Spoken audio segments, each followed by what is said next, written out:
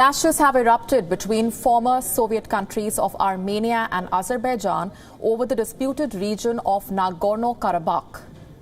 The two sides have accused each other of starting the fighting. In the latest coming in, Azerbaijan now says it has captured 6 Armenian-held villages in the Karabakh fighting.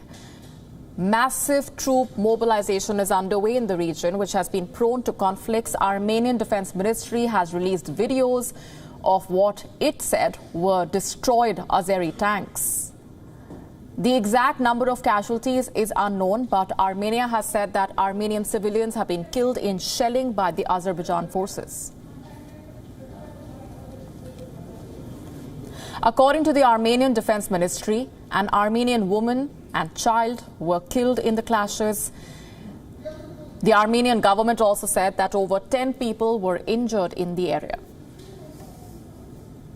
I'd like to say that, as you know, early in the morning, around 7 a.m., the Azerbaijani forces launched a large-scale aggression, including missile attacks, along the line of contact with Artsakh, Nagorno-Karabakh, and they are targeting civilian population and civilian infrastructure, including the capital, Stepanakert. There have already been reports about the losses and the casualties among the civilian population. We have received the report of the Ombudsman of the Republic of Artsakh about the death of mother and the child from Armenia region, and about wounded people among civilian population during the Azerbaijani aggression.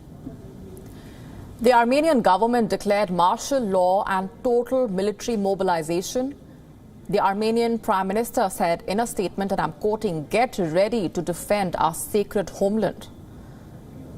Nikol Pashinyan also warned against any Turkish involvement in the conflict with Azerbaijan. Meanwhile, Azerbaijan President Ilham Aliyev has vowed victory over the Armenian forces. In a televised address to the nation, Aliyev said that there are losses among the Azerbaijani forces and the civilian population as a result of the Armenian bombardment. Nagorno-Karabakh also declared martial law and total military mobilization in the region. The Defense Ministry of the region saying that it destroyed 4 Azeri helicopters, 15 drones and 10 tanks. Ռազմական դրության պայմաններում ես մի քանի րոպե հետո ստորագրելու եմ համատարած զորահավաք եւ ամբողջ ազգին կոչ եմ անում համախմբվել Արցախի եւ Հայաստանի Հանրապետության իշխանությունների շուրջը. Both Armenia and Azerbaijan were part of the Soviet Union before its collapse in 1991.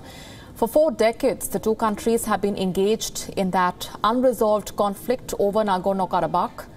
While the region is internationally recognized as part of Azerbaijan, it is controlled by ethnic Armenians. Meanwhile, Russia has called for an immediate ceasefire between the two sides. The European Union has called for immediate return to negotiations. France and Iran have called for the two sides to stop fighting, asking the two nations to resume dialogue. Turkey, on the other hand, condemned Armenia, showing its support for bordering nation Azerbaijan.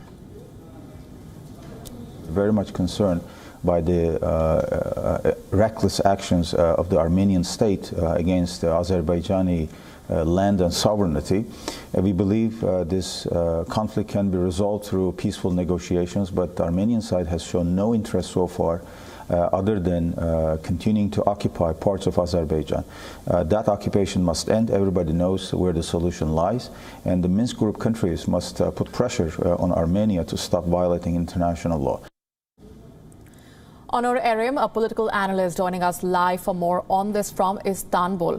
Onur, for 4 decades now, the two countries have been engaged in that unresolved conflict over Nagorno-Karabakh. What is the trigger, according to you, for the latest escalation in tensions? There could be a number of reasons for that. I think the real question that we should be after is why has it taken this long to resolve this matter? And it took over almost over 30 years now. I think the real question is why did the world wait this long to resolve this? But let's just get a couple of things straight. This is not an area in dispute. It's a sovereign land of Azerbaijan. It's not just recognized by international community. It's recognized by everybody except for Armenia, and that happened the last 30 years. What is going on right now is Azerbaijan, after about just over 30 years, is, I guess, deciding to take its own land back. It's really simple as that. And this is coming at a point where the triggers in the last couple of months, then Armenia does this and has done this in the past as well. This came after just a period of uncalled for Armenian attacks, especially on the Azerbaijani civilian population that's near this occupied area by Armenia. Russia has called for an immediate ceasefire between the two nations. The European Union has also called for immediate return to negotiations. There are reactions coming in from across the world and across the region. To what extent can this kind of pressure actually result in the tensions de-escalating? Well, if one was to blame anybody for not resolving this over 3 decades, your number one, the top of your list would probably make it to Russia, because Russia has had promised, especially via the Minsk group, that they would resolve this. I think they had I don't know how many number of meetings in the last 28 years over this, and it hasn't done so. Maybe to a certain degree, the NATO maybe, or maybe the U.S. Is also to blame. But the thing is, for whatever reason, right now, Ilham Aliyev and the Azerbaijani government seems to be determined to get its own land back. And there's just nothing to negotiate about this. It would be the same as if a group occupied a part of New Delhi and the international committee would come in to try to negotiate on this. New Delhi is a sovereign land of India. There's no question about that. Nobody needs to recognize this, or nobody needs to unrecognize this. There's no question there. It's pretty much the same thing.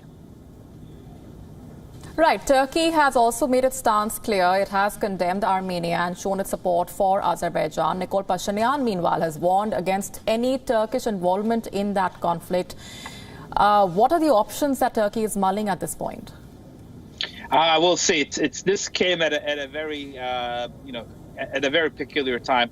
Let's not forget the U.S. at least thus far, and probably will do so. It seems to be distancing herself from this conflict, probably due to the elections there.